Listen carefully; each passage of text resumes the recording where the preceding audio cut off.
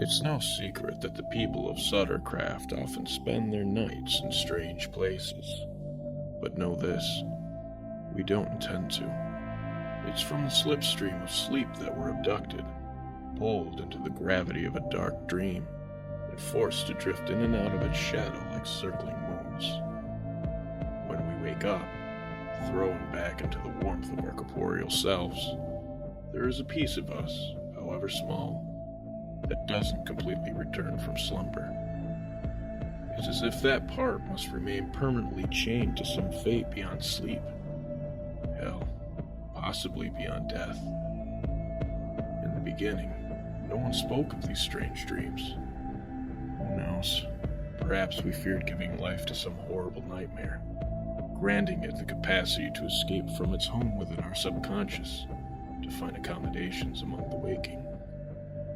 Yet, despite our silence, and shortly after the Great Darkness of 1999, our dreams yielded tangible horror.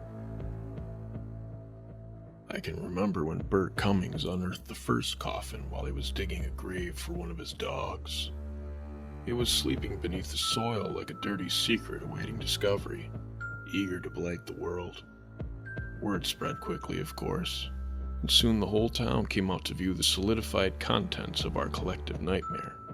A coffin hewn from midnight and trimmed with a glowing silver that seemed more like frozen moonlight than metal.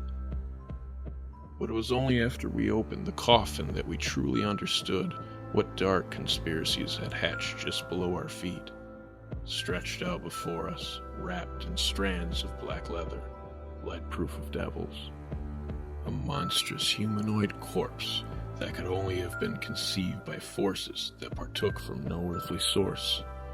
It was then that we knew, as our dreams had always foretold, that our souls would never escape the earth, but instead be reborn into the darkness of underground places, mastered by some dread purpose that human minds can never realize.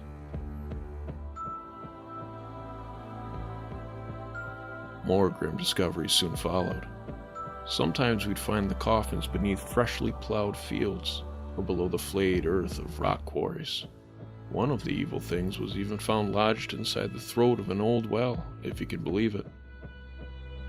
Naturally, rumors of impending doom began to circulate, chewing into our psyches like hungry locusts. Some people even began dreaming of a city beneath the earth, haunted by monstrous things that were once citizens of Sutter Craft. Those willing to recount the details of their nightmares, which were few in number, spoke of bizarre, hulking machines far below the world. Some rose, gigantic, from the cavernous depths, up just below the surface, latching onto the most superficial layers of buried soil. One dreamer claimed to have seen just such a machine pump something into its coiling gullet from the surface above, something that sounded like the bawling cries of old Mrs. Agnes Tiller, her voice of metallic weeping echoing into some endless place. The next day, Mrs. Tiller was found dead in her rocking chair. After much discussion, we decided to burn the body, for fear that her other one might come back to disgrace it. Other tales whispered of something sleeping below that dreadful undercity, a grotesque and abominable shape given life and will. Its sleeping breath spoke life into unthinkable forms, fleshy symmetries that crawled, shambled, and walked.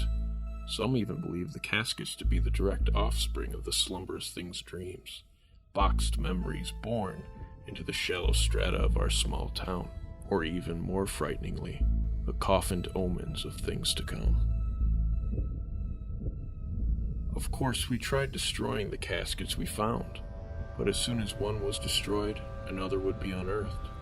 And as time passed, and more of us bid farewell to this world, the sounds of another terrible one grew louder and louder.